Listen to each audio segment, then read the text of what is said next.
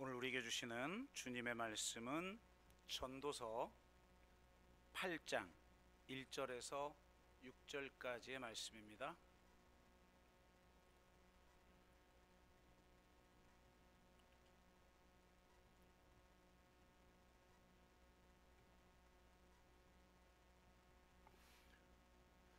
네, 다 찾으셨으면 우리 전도서 8장 1절에서 6절까지의 말씀을 한 목소리로 읽겠습니다. 같이 읽습니다.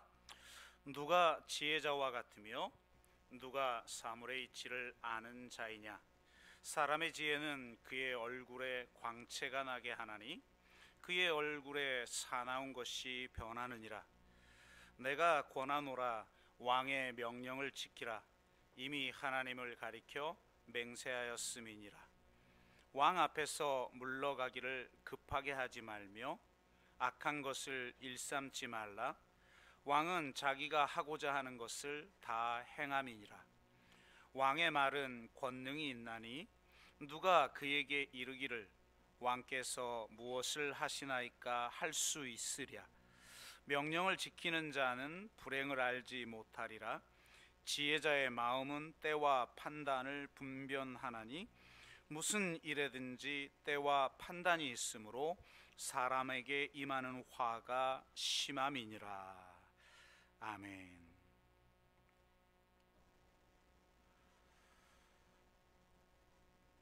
네, 우리 앞뒤 좌우로 한번 인사할까요? 잘 오셨습니다. 네, 사랑하고 축복합니다.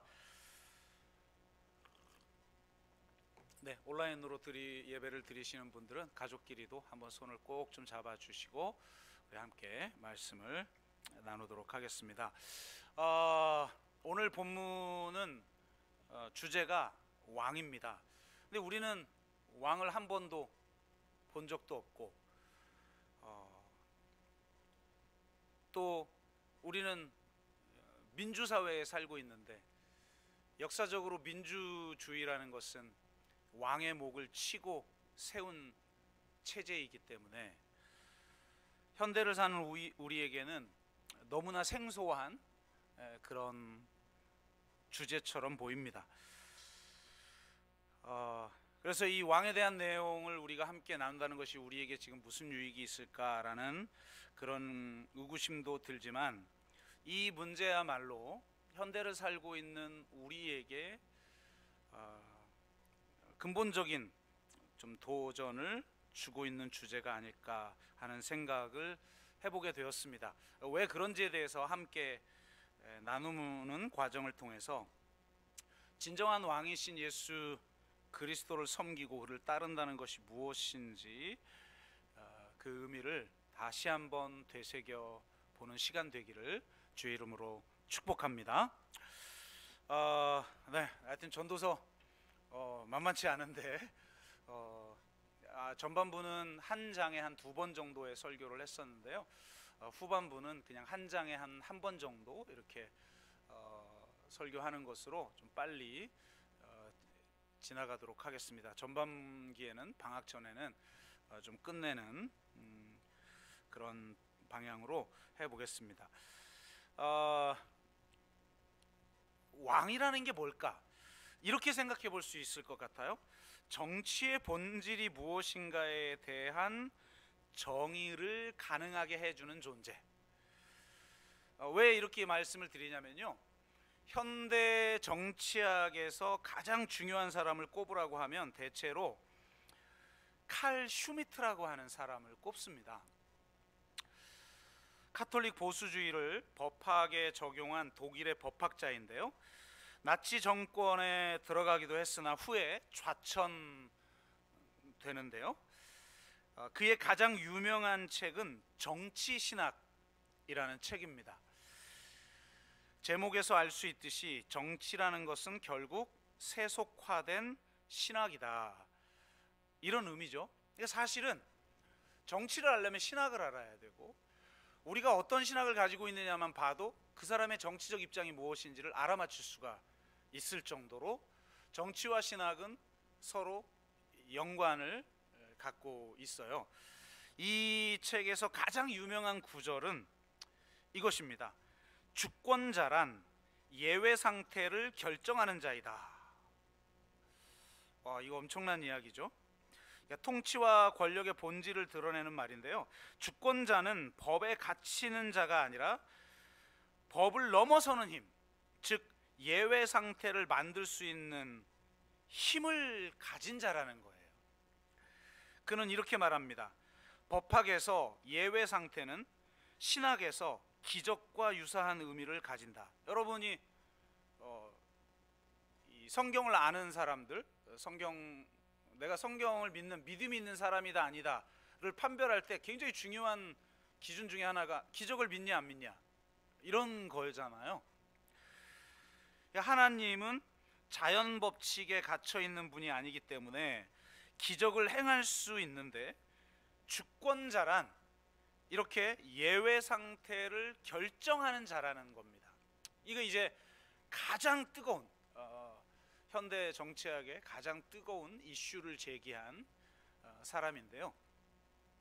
오늘 본문을 보면 이 칼 슈미트가 무슨 얘기를 하는지를 이해할 수가 있어요.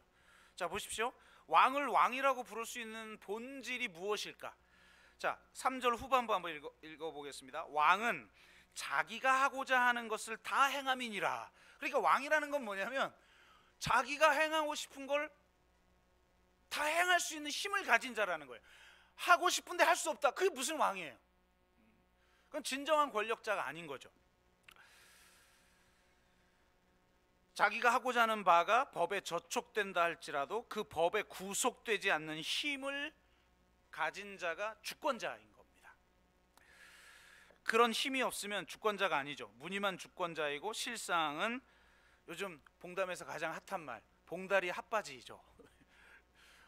프랭카드가 하도 많이 걸려 있어가지고 봉다리 핫바지냐, 구청을 봉담으로 막 그러는데 뭔 말인지 모르겠어요. 근데 어쨌든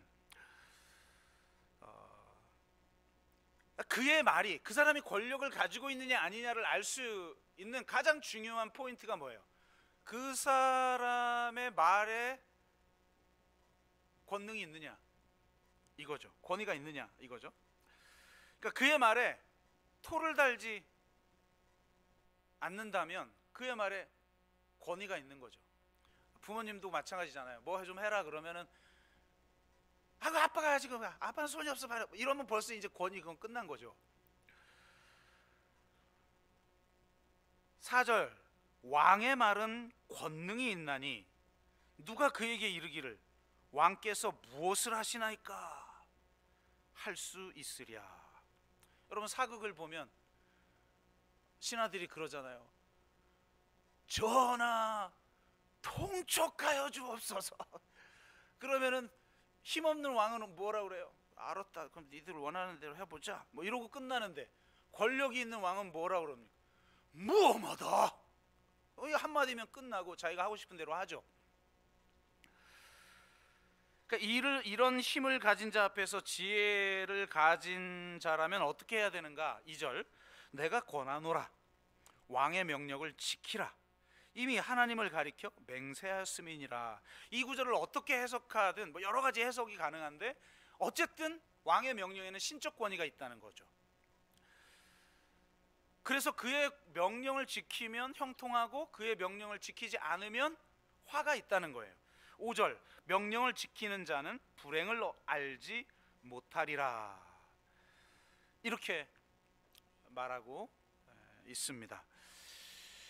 그런데 이 말이 꼭 맞는 말은 아닌 것 같아요.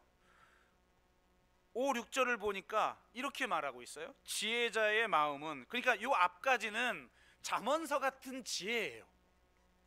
야, 왕의 명령을 잘 지켜. 그게 지혜 있는 거야. 그러면 화를 면하고 형통하게 될 거야. 그런데 전도자는 한마디를 더해요. 그런 말을 다 지금 하고 있다가 한마디를 더하죠. 5, 6절 지혜자의 마음은 때와 판단을 분별하나니 무슨 일에든지 때와 판단이 있으므로 사람에게 임하는 화가 심함이니라. 그러니까 무슨 일에든지 때와 판단이 있어서 사람에게 화가 임한다라는 겁니다. 권선징악이라고 하는 그런 진리가 이 현실 속에선 그렇게 매끄럽게 적용되는 게 아니라는 거예요. 마찬가지로 내가 왕에게 충성을 하고 순종을 하면 형통하고, 왕의 말을 거역하게 됐을 경우에는 화가 임하는 그것도 깔끔하지 않다는 거예요.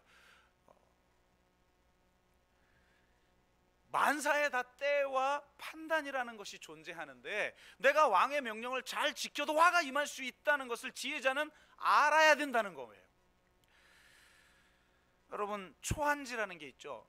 이 초한지에 보면 장량이라고 하는 모사가 나옵니다. 한나라 재상이죠. 유방을 도와서 역발산 항우를 물리치고 한나라를 세운 모사인데요. 우리가 그 보통 명참모를 장자방이라고 그러죠. 장자방. 야, 저 사람은 장자방이야. 그러면 최고의 찬사죠. 왕 다음에 가장 중요한 사람이잖아요.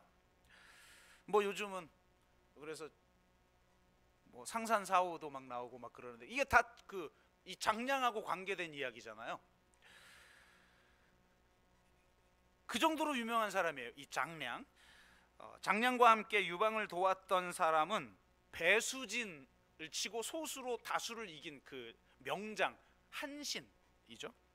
한신은 천하 통일을 이룬 후에 유방에게 토사구팽을 당해 죽임당해요. 참 불쌍한 사람이죠. 최고의 공적을 이뤘으나 제거당합니다. 하지만 유방의 성격을 잘 안 장량은 천하 통일을 이룬 후 정치에 손을 떼고 고향으로 돌아가요. 그래서 한신과 달리 목숨을 건집니다. 이 정도 공적을 남겼으면 그 거대 제국을 건설하고 나서 최소한 요셉이나 뭐 다니엘 정도의 어떤 권세를 누려야 되는 거 아니에요? 근데 안 거예요. 내가 아무리 왕의 명령에 순종하고 아무리 위대한 업적을 남겼어도 만사에는 다 때와 판단이 있는데, 내가 이 사람 밑에서 정치를 했다간 죽겠구나 알고 고향으로 그냥 조그만 아주 작은 마을에 그냥 지도자로 그냥 남아요. 그래서 살아남죠. 그러니까 이 장량의 예를 통해서 우리는 뒤집어서 보면 이 왕이라는 것의 그 본질, 그러니까 이 권력의 본질은 예외 상태를 결정하는 건데, 그 힘이라는 것이 인간에게는 적합하지가 않다. 이것을 우리에게 보여주고 있는 바죠. 무엇이든지 자기가 하고자 하는 바를 할 수 있는 것이 권력의 본질인데, 인간은 하나님의 뜻을 행하는 의인조차도 우리가 지난주 살펴본 것처럼 전혀 죄를 범하지 않는 존재가 아니기 때문에 이 막강한 권력을 담지하기에는 부족한 존재라는 거예요. 그렇기에 전도자는 이 왕의 권력의 본질이 무엇인가를 보여주면서 결국은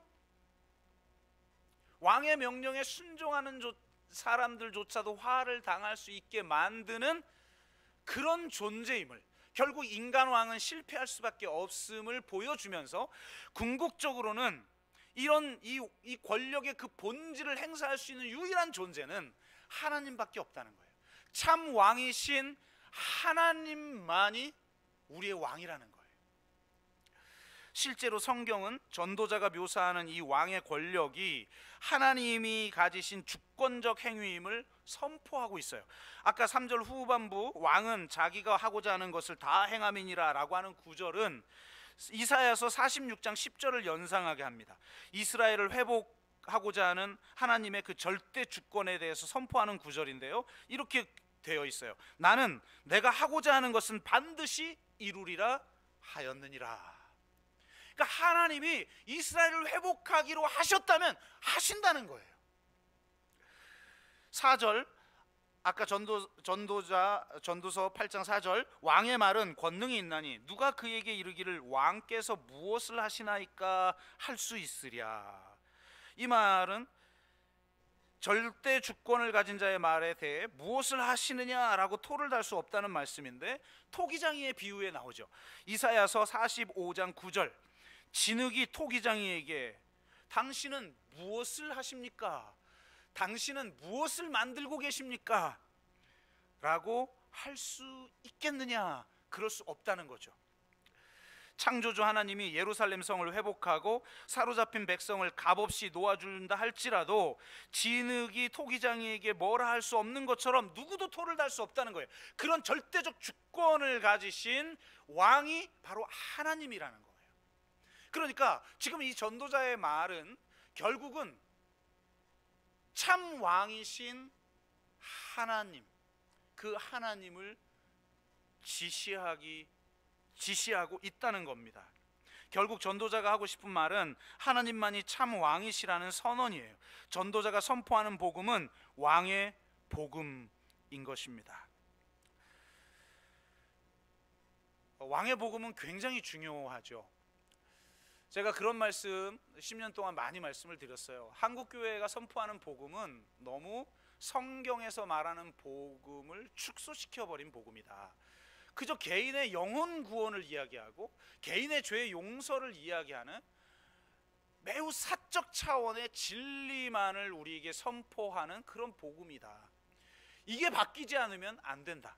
그래서 하나님 나라 복음을 회복해야 하고, 하나님 나라 복음에서는 하나님이, 그리고 우리 예수 그리스도가 바로 왕으로 이 땅에 오셔서 왕의 통치를 회복하셨다라고 하는 복된 소식이 바로 복음이다. 이 말씀을 제가 수도 없이 드렸던 것 같아요.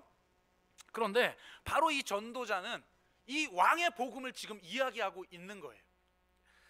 공교롭게도 이 본문 말씀을 준비하는 지난주에 제가 서평 하나를 써야 했습니다. IVP 출판사에서 왕의 복음, 제목도 왕의 복음이에요. 그냥 왕의 복음이라고 하는 책이 최근에 나왔어요. 4월 말인가에 나온 것 같은데요.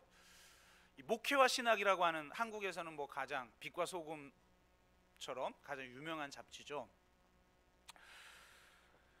목회와 신학에서 저에게 이 책의 서평을 좀 써달라고 청탁이 왔어요. 뭐 추천사 같은 것들을 좀 써봤기 때문에 가볍게 생각하고 돈 번다는 생각에 알겠다고 그렇게 해놓고 잊고 있다가 보니까 지난주가 마감이었던 거예요. 그래서 급하게 책을 읽고 이제 서평을 쓰는데, 추천사 생각하고 허락했다가 내가 다시는 앞으로 서평은 안 해야겠다, 이게 마지막이다, 이렇게 마음을 먹게 됐어요. 서평하고는 차원이 추천사하고는 차원이 다르더라고요. 책을 요약해 달라고 하죠. 그리고 이걸 비평해 달라고 하죠. 그리고 한국교회가 적용할 바에 대해서 적어 달라고 요청이 왔는데, 이거 이러려면 그냥 뭐 어줍지 않게 읽어서는 답이 없는 거예요. 그래서 아주 지난주 힘들었는데, 그래도 감사하게, 희한하다, 이번 주 주제가 왕에 대한 주제인데 내 서평 마감을 해야 하는 서평의 책 제목이 왕의 복음인 거예요. 이 내용을 제가 자세히 이야기할 수는 없는데, 그동안 제가 여러 방면을 통해서 선포한 그런 내용들을 신학자가 체계적으로 정리를 했으니까 여러분 꼭 한번 읽어보면 좋을 것 같은데, 제가 비평을 두 가지를 했어요. 하나는 이 책은 성경의 내러티브, 그러니까 하나님의 구원 이야기, 그러니까 성경은 진리는 이야기로 표현된 진리예요. 무슨 교리, 무슨 진리적 명제 이런 게 아니라 하나님이 어떻게 인간의 타락에도 불구하고 자신의 구원을 행하셨는가에 대한 이야기, 이게 구약 전체의 이야기고 그것의 완성이 신약인 거죠. 그런데 이 성경의 내러티브를 세계관 차원에서 이해하고 있기 때문에 굉장히 중요하게 대두되고 있는 단어가 구조와 방향이라는 단어예요. 여러분 기독교 세계관 공부 좀 해보셨어요? 기독교 세계관 공부를 해보면 반드시 나오는 말이 구조와 방향이에요. 이게 왜 중요하냐면, 우리는 그동안 다 교회가 구원의 방주고 교회만 거룩하고 교회만 하나님의 나라고, 이 세상은 다 타락한 세상이고 악한 세상이고 속된 세상이라고 생각했단 말이에요. 이렇게 생각하면 교회 외에는 우리가 할 일이 없는 거예요. 다 그들을 구원 방주로 끌어오는 거, 전도 외에는 아무것도 할 일이 없는 거예요. 그러니까 결국은 정치, 경제, 사회, 문화적 차원에서 도대체 복음은 어떤 의미 있는지를 제시할 수 없어요. 우리가 사형리나 뭐 브릿지 전도나 뭐 전도 폭발이나 여기서 말하고 있는 복음 가지고는 그런 걸 해결할 수가 없는 거예요. 그런데 성경은 그렇지 않거든요. 그래서 우리가 이렇게 교회 외의 영역, 그 구조죠. 사회 다양한 영역으로 이루어진 구조, 정치, 경제, 문화, 사회 막 온갖 다양한 영역으로 이루어진 그 구조는 타락한 게 아니다. 방향이 타락한 거다. 하나님을 향해야 하는데, 하나님을 향한 정치, 하나님을 향한 경제, 하나님을 향한 문화, 하나님을 향한 사회여야 되는데 다 악을 향한, 자기 욕망을 향한, 탐욕을 향한, 세상을 향한 그런 정치, 경제, 문화, 사회가 돼버렸다. 이 방향이 타락한 것이다. 그러므로 회개란 이 각 영역들이 하나님을 향하도록 돌이키는 것, 이게 회개다. 그러니까 이런 구조와 방향이라는 틀을 가지고 세상을 바라보면 우리의 사명은 단지 전도가 아니라 구원 방주로 사람들을 끌어모으는 게 아니라 정치적 영역에서, 사회적 영역에서, 문화적 영역에서, 경제적 영역, 모든 영역 속에서 방향을 하나님을 향하도록 하는 삶을 내가 살아가는 거예요. 그래서 굉장히 중요한 거죠. 이 세계관에서 가장 중요한 단어를 꼽으라고 하면 그 중에 하나가 바로 이 구조와 방향이라는 거예요. 이런 방식으로 이 왕의 복음을 풀어요. 그래서 제가 그런 말을 했어요. 맞는데 굉장히 중요한 관점인데 약점이 있다. 그것은 구조는 내버려 두고 방향만 고민하게 만든다. 이렇게 고민하게 되면 근본적인 고민을 할 수가 없어요. 이 구조 자체가 문제라고 하는 고민 속에서 나온 근본적 대안들에 대한 대안적 실천들을 하기가 어려워요. 그래서 제가 솔직히 얘기하자면 기독교 세계관 운동하는 사람들 한번 보세요. 뭘 하고 있는 건가? 그냥 세계관적 통찰만 하지 뭔가 근본적 이 세상을 변화시키는 실천들을 하는 게 별로 없어요. 그래서 나는 이와 비슷한 접근을 하고 있는 이 책을 향해서, 이 책이 더 우리 한국 사회에, 한국 교회에 정말 도움이 되려면 구조는 문제가 없는데 방향만 문제라는 그 문제의식을 넘어서서 구조 자체에 대한 고민까지 할 수 있는 왕의 복음이어야 된다. 왜냐하면 우리의 진정한 왕이신 예수 그리스도는 이 세상의 구조와 방향 모두를 근본적으로 바꾸는 새로운 나라, 하나님의 나라를 이 땅에 가져오셨기 때문이라는 거예요. 두 번째, 제가 비평을 한 거는 구원의 목표가 새 하늘과 새 땅이다.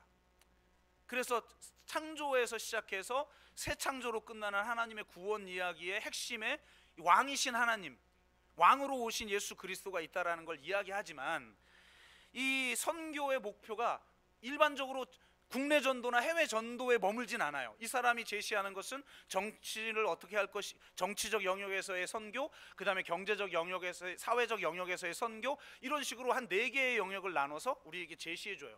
굉장히 중요하죠. 그런데 선교의 범위가 열방에 그치고 있다는 거예요. 복음은 예수 그리스도께서 인간만이 아니라 만물을 회복하시고 새롭게 창조하셨다는 기쁜 소식이죠. 하나님의 구원은 만물의 구원이에요. 재창조야말로 하나님의 구속의 목표죠. 그렇기에 제가 전에 말씀드렸듯이 마가복음 16장 15절이나 골로새서 1장 23절 번역은 만인에게 되어 있지만 실제 원어는 만물이다. 복음이 만물에게 선포되었다. 왜냐하면 복음은 만물을 회복하는 하나님의 구원이기 때문에, 하나님의 구원에 대한 복된 소식이기 때문에 그런 것이죠. 그러므로 만물의 회복에 대한 비전까지 왕의 복음이 확장되어야 한다. 교회는 생태 회복이라는 사명을 본질적으로 아주 적극적으로 받아들이고 실천해야만 한다. 이렇게 두 가지에 대한 이야기를 했습니다. 이 두 가지 문제의식을 수용하는 왕의 복음이야말로 지금 한국 교회에 꼭 필요한 왕의 복음이다. 이렇게 말씀을 드렸는데요. 지금의 시대가 저는요, 이 두 가지 문제 의식을 요청하고 있는 것 같아요. 그리고 정확하게 전도서는 이런 복음을 우리에게 제시해주고 있어요. 왕에 대한 본질이 무엇인지를 제시하고 나서 결국 이 왕의 본질은 하나님만이 실현할 수 있고 하나님만이 참 왕이라고 말하면서 그 왕이 하시는 일이 무엇인가를 보여주는 구절을 제시하고 있는데 그 1절이에요. 1절 보세요. 누가 지혜자와 같으며 누가 사물의 이치를 아는 자이냐. 사람의 지혜는 그의 얼굴에 광채가 나게 하나니 그의 얼굴에 사나운 것이 변하느니라. 지혜는 지혜자의 얼굴에 광채가 나게 한다고 말하는데요, 이 얼굴을 빛나게 한다라는 말씀은 하나님과 관계된 다른 성경 말씀을 떠올리게 합니다. 몇 개만, 수도 없이 많이 있지만 몇 개만 꼽아서 소개하자면 시편 31편 16절, 주의 얼굴을 주의 종에게 비추사 주의 사랑하심으로 나를 구원하소서.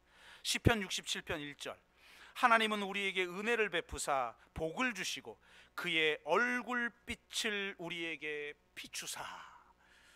가장 유명한 건 대제사장의 축복 기도죠. 민수기 6장 24절에 26절, 여호와는 내게 복을 주시고 너를 지키기를 원하며 여호와는 그의 얼굴을 내게 비추사 은혜 베풀기를 원하며 여호와는 그 얼굴을 내게로 향하여 드사 평강 주시기를 원하노라. 그러니까 얼굴을 빛나게 하신다, 그 얼굴의 빛을 비추신다라는 말은 무슨 뜻이냐면 일종의 관용구로서 하나님이 하나님의 백성에게 베푸시는 은혜와 진정한 복지를 의미하며 샬롬을 회복하시는 하나님의 모습을 우리에게 보여주고 있다는 거예요. 그러니까 참 왕은 지혜가 있는 왕이신데 그 참 지혜는 결국은 이 땅에 은혜를 베푸시고 샬롬을 회복하시는 모습을 통해 나타난다고 전도자는 말하고 있는 거예요. 그렇다면 방향만이 아니라 구조까지 고민하게 하는 왕의 복음, 만인만이 아니라 만물에게까지 선포되는 왕의 복음은 바로 이 지금 전도자가 말하고 있는 우리에게 얼굴을 비추시는 하나님의 복음인 것이죠. 이 땅에 샬롬을 회복하기 위해서 은혜를 베푸시는 하나님, 그 하나님만이 근본적으로 이 세상의 구조를 변화시키고 만물을 새롭게 한다라는 선포인 거예요.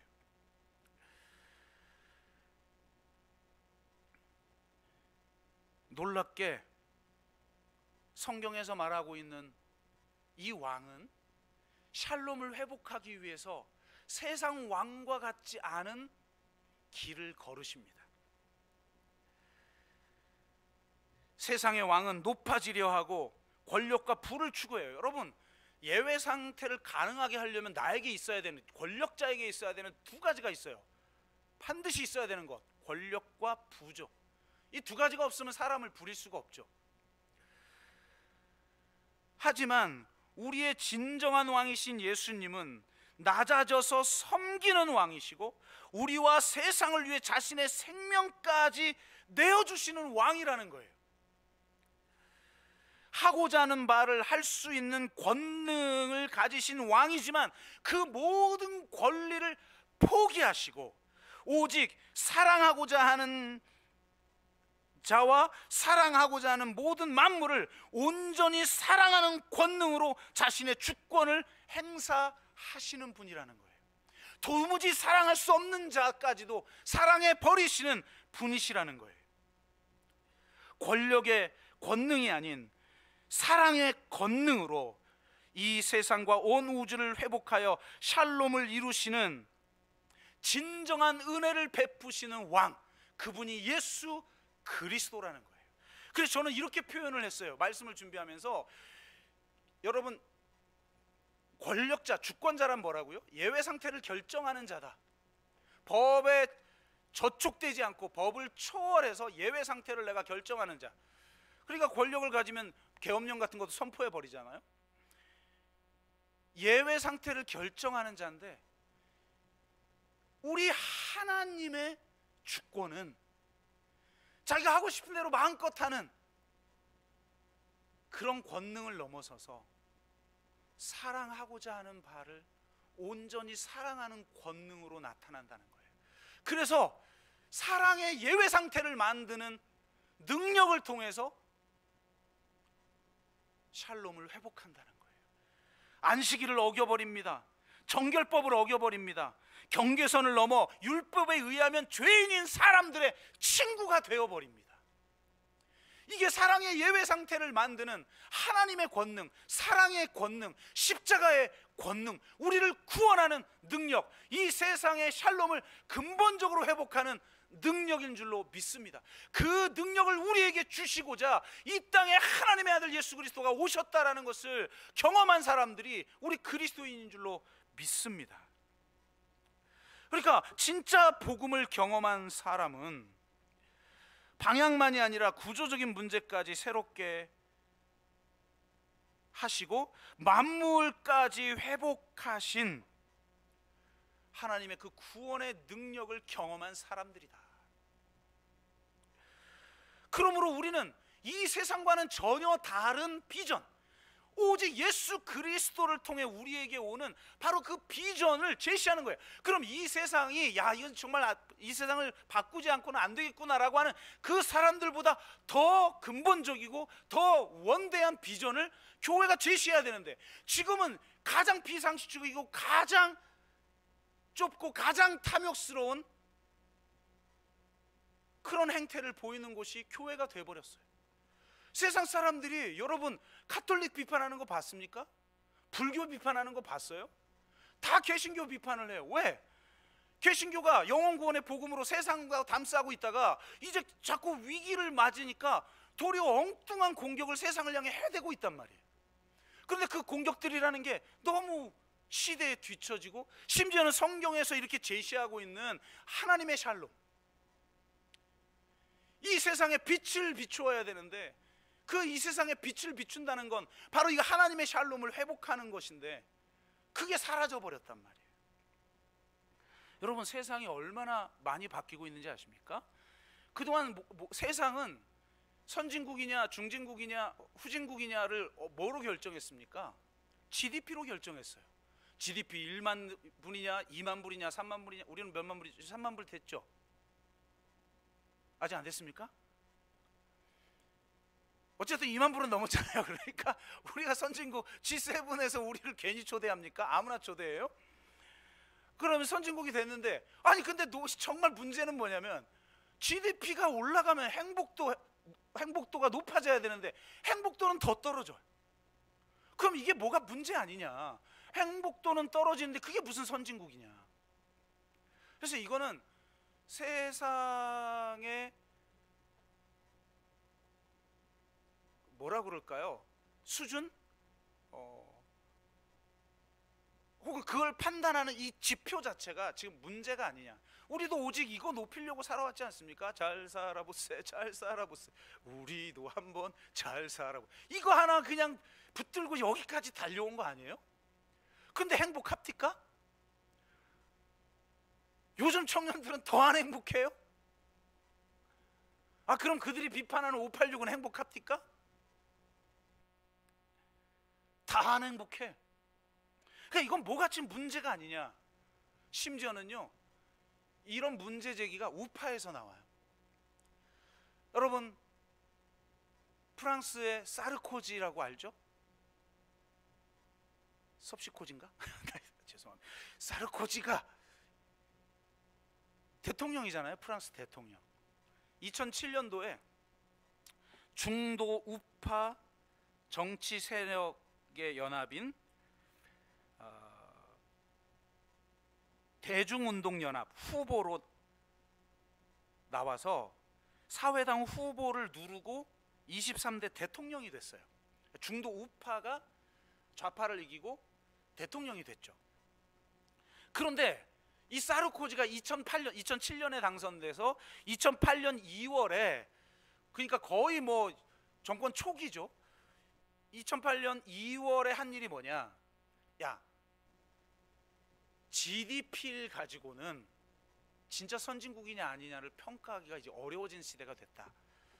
그래서 새로운 지표를 만들어야 된다. 그래서 국제위원회를 하나 발족을 시키는데, 이 국제위원회의 의장이 누구냐? 조지프 스티글리츠. 그 다음에 자문이 누구냐? 아마티아 센이라는 사람이에요. 조지프 스티글리츠는 정보경제학 전문가이고 세계은행 부총재까지 역임했으며 2001년에 노벨 경제학상을 받은 석학이고 세계화와 그 불만이라고 하는 베스트셀러를 쓴 좌파 성향의 학자죠. 아마티아 센은 1998년도에 아시아 최초로 노벨 경제학상을 받은 인도의 학자예요.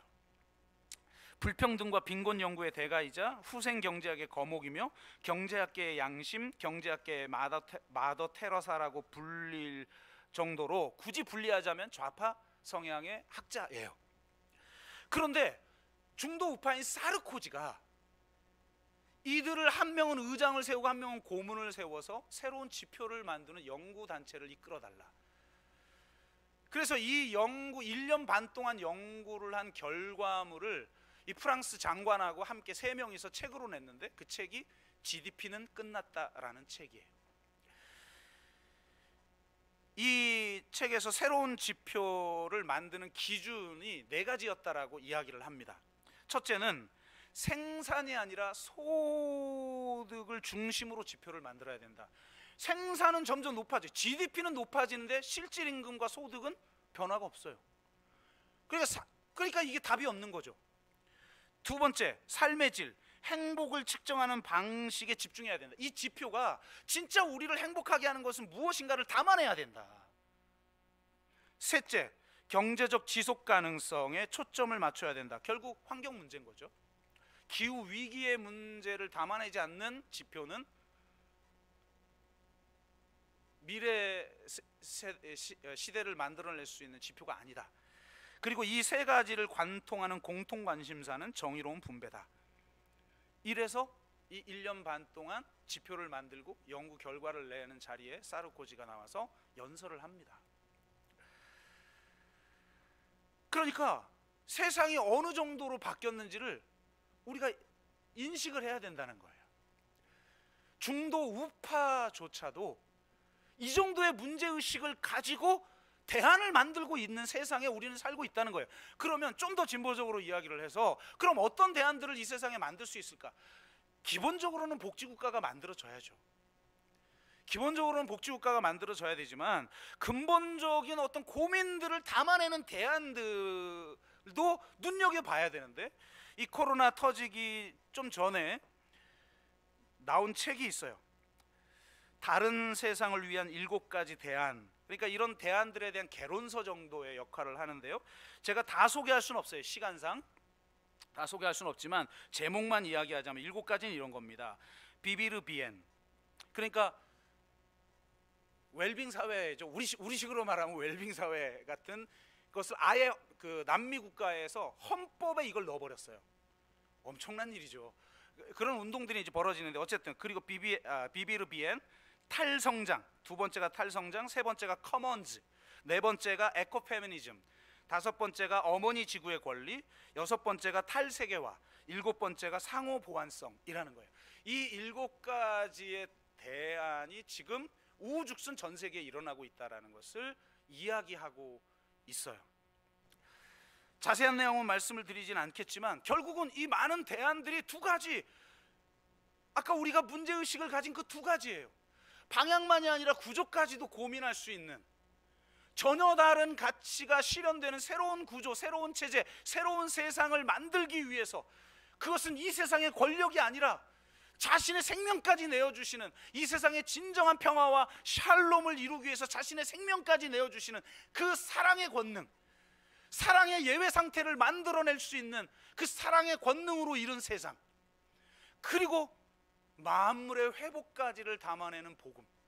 그러면 진짜 그리스도인이야말로 이 7가지 대안을 마음껏 이야기할 수 있는 그런 사람들 아닌가요? 교회야말로 이 세상보다, 또 사람들은 지금 말로만 하고 있지만 그걸 공동체적 차원에서 실제로 보여줄 수 있는 곳이 교회 아닌가요? 왜냐? 우리는 정말 이 세상이 근본적으로 변화되는 그 하나님 나라 복음을, 십자가와 부활을 통해 예수님이 이미 그런 세상을 이 땅 가운데 만드셨다라고 선포하는 복음을 우리는 가지고 있으니까 우리는 더욱더 그것을 이 세상 가운데 보여줘야 하는 사명, 그게 선교죠. 우리가 그냥 제로 웨이스트 제품을 쓰고 그냥 일회용 써도 되는 걸 그냥 불편하게 텀블러 가지고 다니고, 이런 작은 실천이 결코 작은 실천이 아니잖아요. 우리가 공동체가 이 세상 다 경쟁을 추구하고, 오늘 대표기도 하신 것처럼 다 비트코인, 주식과 오직 돈, 세상이 삭막하니까 이해는 되나 그게 제대로 된 방향은 아니잖아요. 그러면 진짜 공동체적으로 우리가 어떻게 이 문제를 혼자 그러면 다 살아남고 각자 도생하라고 내버려 두지 말고 기도하면 응답받고 복받는다 이런 말만 하지 말고, 진짜 공동체가 어떻게 그럼 새로운 대안을 만들 것인가를 세상에 보여주고, 그리고 이것이 복음이고 이것을 예수 그리스도가 이루셨다라고 세상에 복음을 선포하고, 그렇게 당당할 수 있는 게 우리들 아니겠습니까? 저와 여러분이 정말 그렇게 되기를 주의 이름으로 축복합니다. 마지막으로 한 가지만 말씀드리고 말씀을 마칩니다. 시간이 없기 때문에. 전도자가 이렇게 말하죠. 누가 지혜자와 같으며 누가 사물의 이치를 아는 자이냐? 사람의 지혜는 그의 얼굴에 광채가 나게 하나니 그의 얼굴에 사나운 것이 변하느니라. 이 말은 결국 왕이신 하나님의 그 얼굴에서 비치는 빛을 통해서 이 세상의 샬롬을 회복하는 하나님의 그 은혜를 이야기하기 위해서 전도자가 하는 말이다, 이 말씀을 드렸죠. 저는 이 말씀을 준비하면서 와, 성경의 말씀 중에 하나가 완전히 새롭게 읽혔어요. 바로 예수님의 변화산 사건. 예수님이 변화산에 올라갔을 때 그 용모가 변화되어서 빛을 발하시잖아요. 그 얼굴에 빛이 발했다라는 건 예수님이 이 땅에 샬롬을 회복하는, 샬롬의 나라, 하나님의 나라를 회복하기 위해서 이 땅에 오셨고, 하나님의 얼굴의 빛이 온 세상에 가득히 비치게 하기 위해서 이 땅에 오셨음을 보여준 사건이구나. 와, 말씀이 새롭게 읽히는 거예요. 그러면서 동시에 그런데 이 전도서의 말씀은 지금 인간 지혜자를 향해서도 말씀하시잖아요. 이것은 하나님의 아들이신 예수 그리스도만이 아니라 그분을 믿고 그분의 생명을 간직한 우리 모두에게 주시는 비전이구나. 그러면서 모세가 떠올랐어요.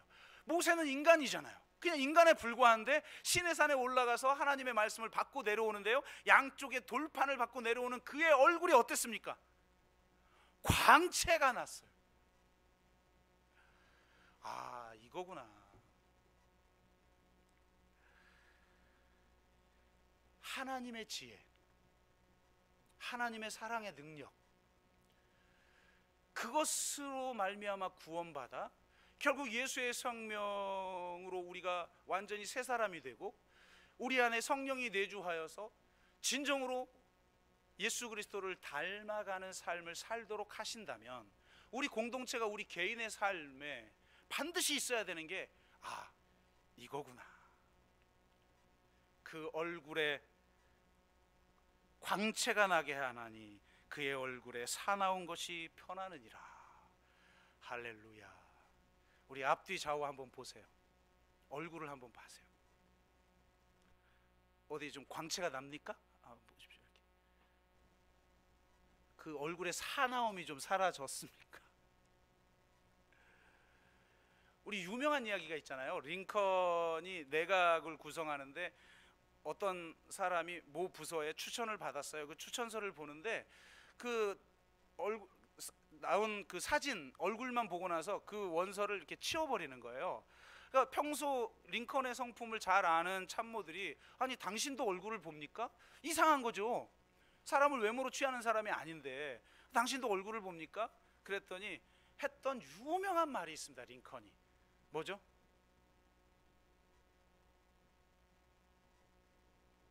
사람은 나이 40이 넘고 나서는 자기 얼굴에 책임을 져야만 하네. 할렐루야. 저는 이걸 이렇게 바꾸면 좋을 것 같아요. 그리스도인은 예수 믿고 하나님의 자녀가 돼서 거듭나고 나면 그 얼굴에 책임을 져야 합니다.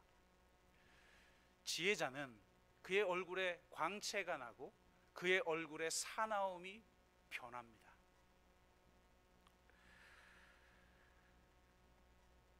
정말 우리 모두가, 이것은 잘생기고 못생기고의 문제가 아니잖아요.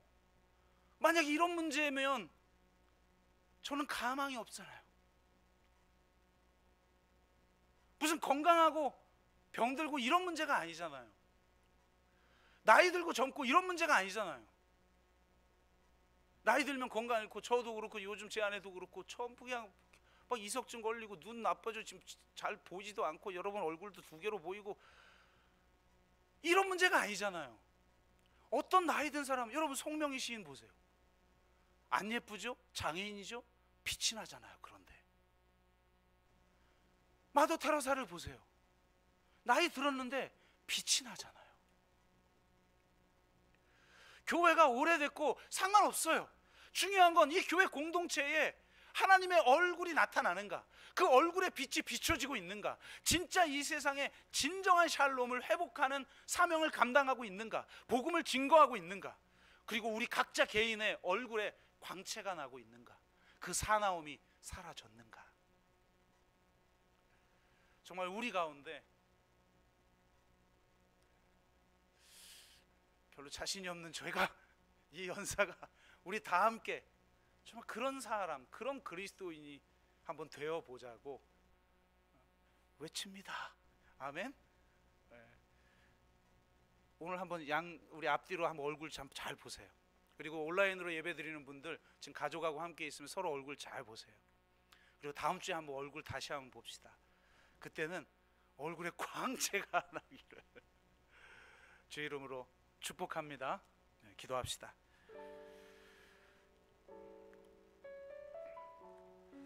복음은 알면 알수록 너무 어마어마해서, 와, 정말 하나님이 이루신 그 구원이 얼마나 위대한 것인가. 왕이신 예수 그리스도가 이 땅에 오셔서 자신의 생명을 내어주면서까지 이 땅에 출범시킨 하나님의 나라가 얼마나 위대한 것인가. 아, 정말 이 세상을 구원할 능력은 오직 복음이구나를 더 절실하게 깨닫게 됩니다. 그런데 우리의 현실은, 나의 현실은, 우리 한국교회의 현실은 어떻습니까? 그 현실적인 모습을 보면서 우리가 아파하면서, 하나님, 나의 얼굴에, 우리 가족의 얼굴에, 이 교회 공동체의 얼굴에 빛이 비춰지게 하여 주옵소서.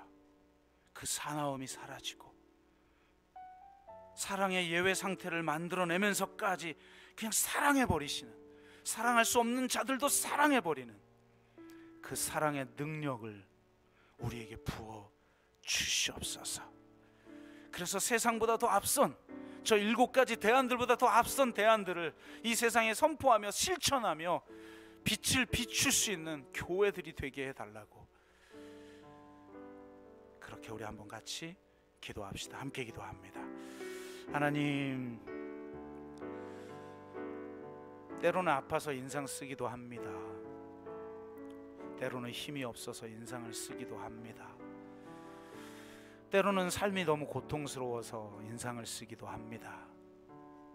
그러나 그것 너머에 우리 안에 예수 그리스도의 생명이 있고, 우리가 하나님 나라 백성이며 하나님의 자녀라는 사실이 이 세상을 향해 빛을 발하게 하는 줄로 믿습니다. 변화산의 예수님처럼, 저 시내산의 모세처럼 우리의 얼굴에, 우리의 존재에, 우리의 삶에, 우리의 행동과 실천에 빛이 발해지는 놀라운 역사가 있게 하여 주시옵소서. 그렇게 산 위의 동네가 숨겨질 수 없는 빛을 이 세상에 발할 수 있는 우리 한 사람 한 사람이 되게 하여 주옵소서. 그런 사람이 될 수 있도록 아무 자격이 없는 우리를 주께서 구원해 주신 그 은혜를 붙들고 날마다 새로워지는 우리 모두가 되게 하여 주옵소서. 감사드리며 예수 그리스도의 이름으로 기도드리옵나이다. 아멘.